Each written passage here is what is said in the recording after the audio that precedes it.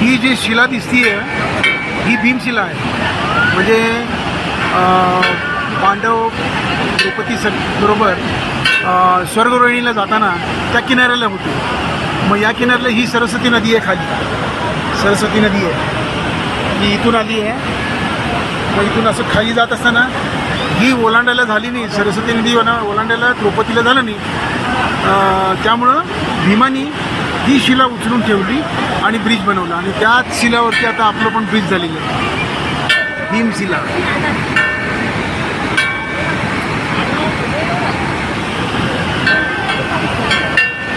ये कितनी भीग है.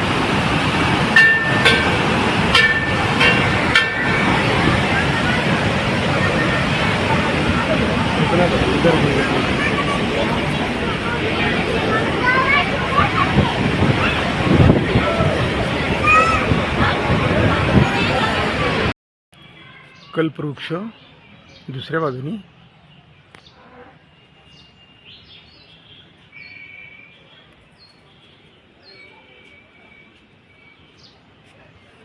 हे झाडाचं मूळ आहे.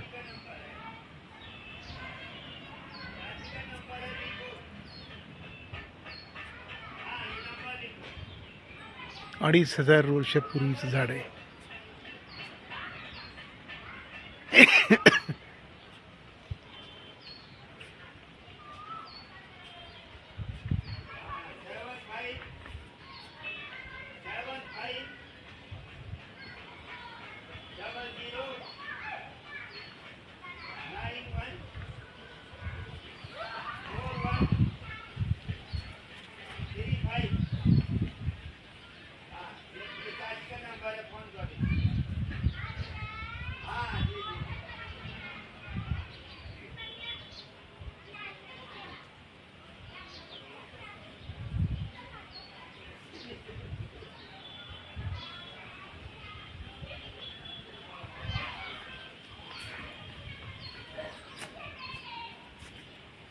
नंतर पाठवा मला.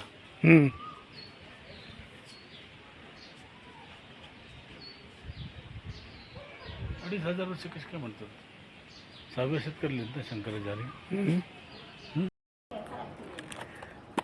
नरशिव मंदिराच्या आजूबाजूचं हे सीन्स आहे, सीनरी. छोटीवाले पर्वत, काय पर्वत रांगा आहेत.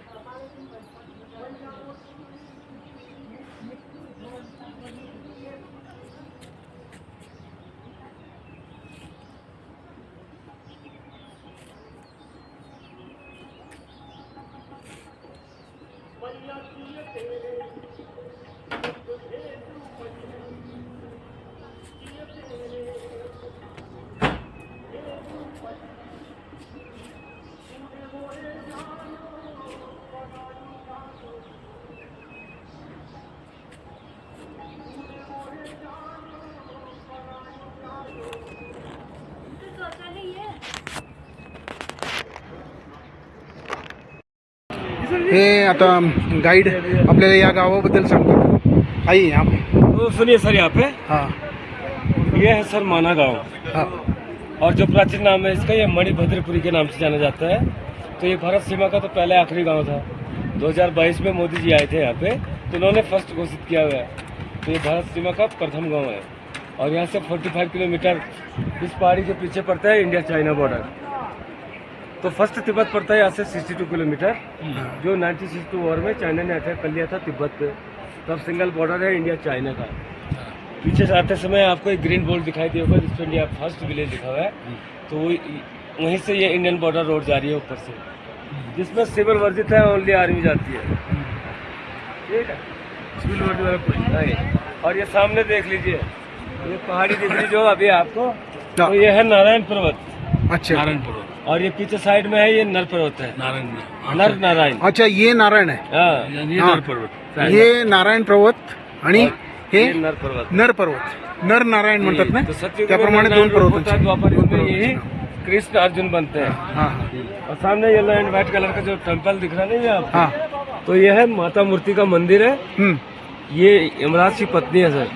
एक मिनिट.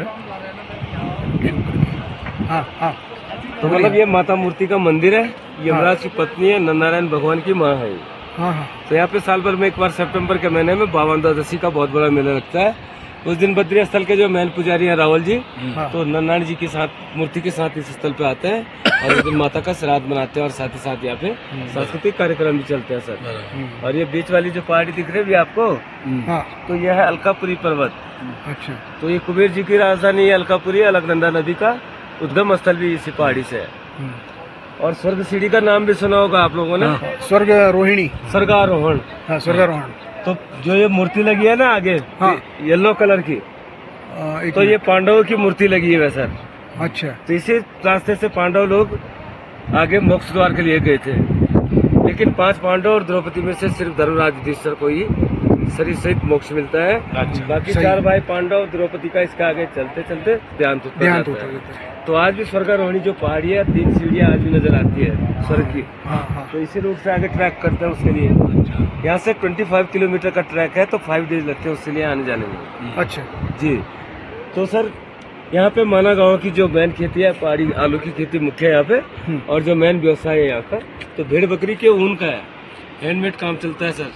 स्वेटर, आसन, कारपेट, साल प्योर बनते हैं। और अभी 16 नवंबर यहाँ पे फिक्स डेट होता है गांव खाली करने का। 6 महीना पूरा गांव खाली हो जाता है यहाँ से। आते समय आपको डिस्ट्रिक्ट चमोली पड़ा होगा, हाँ तो 6 मंथ चमोली में रहते हैं सर। अच्छा चमोली में रहते हैं। 2 जगह घर रहते हैं सभी लोगों के। हाँ हाँ हाँ हाँ तो दिसंबर जनवरी में जहाँ पे अभी तुम खड़े हो, हाँ तो 15-16 फुट पड़ जाता है, जो की मकान तक कवर हो जाती है। अच्छा सिर्फ आर्मी रहती है यहाँ पे 12 महीने। मतलब पूरा माना गांव में बर्फ बर्फ ही हो जाता जी, है। और पहाड़ ये भी सब बर्फ में जाता पूरा।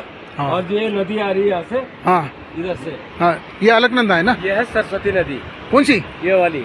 अच्छा ये सरस्वती है, वो उधर से आ रही है, वो अलकनंदा है सामने से। वो अलकनंदा, तो ही अलकनंदा आणि ही सरस्वती, संगम हो रहा है ना, ही सरस्वती है। इसको कहते हैं केशव प्रयाग।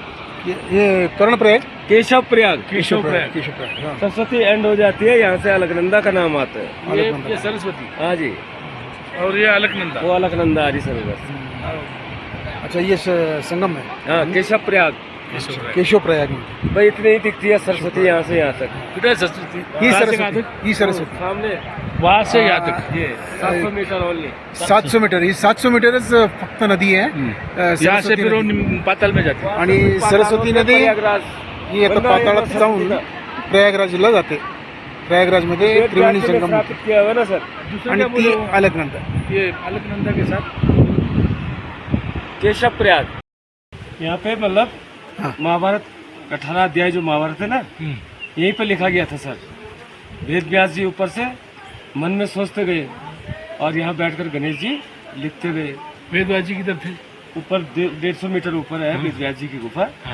तो जब वेद व्यास जी बोल रहे थे और गणेश जी लिख रहे थे, तो सरस्वती इतनी तीव्र गति से बहने लगी जिसके शोर के कारण वेद व्यास जी को बोलने में और गणेश जी को लिखने में बाधाएं उत्पन्न होगी। तो यहाँ पे वेद व्यास जी सरस्वती माता से विनती करते हैं कि अपने वीर को थोड़ा सा कम कर दो। तो सरस्वती माँ कहती है कि मैं अपने वीर को कैसे रोक सकती हूँ। तो लाख बार समझाते हैं, वेद व्यास जी नहीं मानती है। अंत में वेद व्यास जी यहीं पे श्रापित कर देते हैं, कहते हैं कि ऐसे आगे तेरा नाम नहीं आएगा और आधा जो जल है इससे अदृश्य हो जाएगा। जो आधा जल अदृश्य होकर पाताल से होकर अंडरग्राउंड निकलता है आपका सीधा प्रयागराज इलाहाबाद में, जो गंगा यमुना सरस्वती का त्रिवेणी संगम है। और आधा जब और लेकिन प्रयागराज में भी गुप्त रूप में है सरस्वती। यहाँ पे स्टार्टिंग पॉइंट के अंदर से ही पाताल से होकर निकल जाती है प्रयागराज के लिए। और आधा जल सरस्वती का 700 मीटर चल के यहाँ पे अलकनंदा नदी में मिलके अस्तित्व खत्म हो जाता है।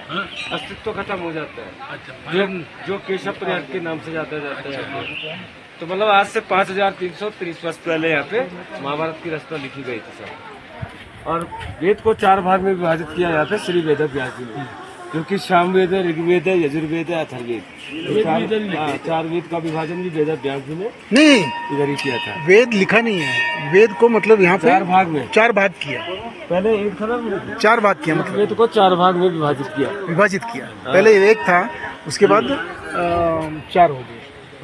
अब पहले गणेश गुफा के दर्शन कर लो, फिर तब चलेंगे वेद व्यास गुफा। ठीक, चप्पल आगे ही निकाल लो सर वहाँ पे। अच्छा, अब पुराण एवं महाभारत का लेखन स्थल श्री गणेश गुफा मणिभद्रपुरी विशेष तीर्थ स्थलों के विस्तृत विवरण हेतु अर्चक से संपर्क करें. एनिवे आम्ही गाईड केलेलं आहे. ही गणेश बाप्पाचा एंट्रन्स.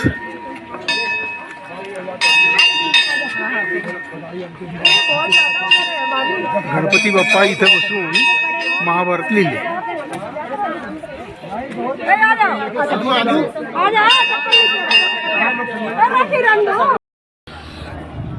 आम्ही आता उत्तरेतल्या शंकराचार्यांच्या मठात आलेलो आहोत.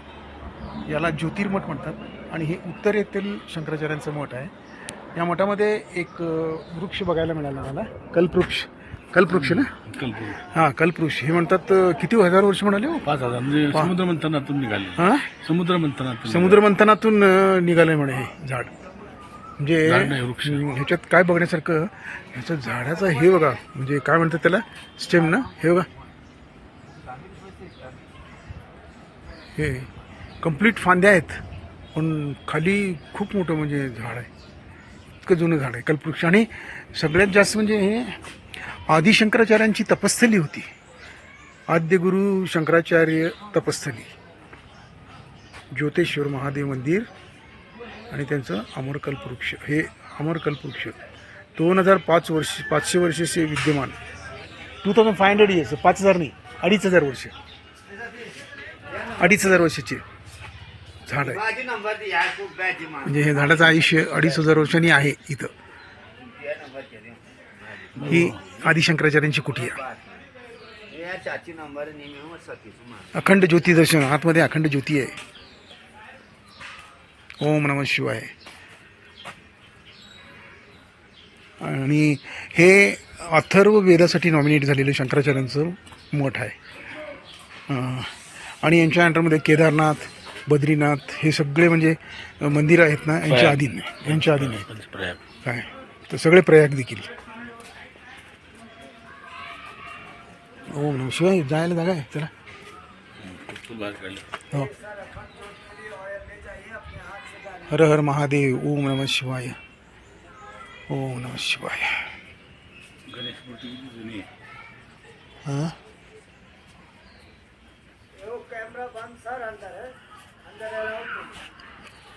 ठीक आहे जी, ठीक आहे जी. कॅमेरा अलाव नाही म्हणे. ठीक आहे.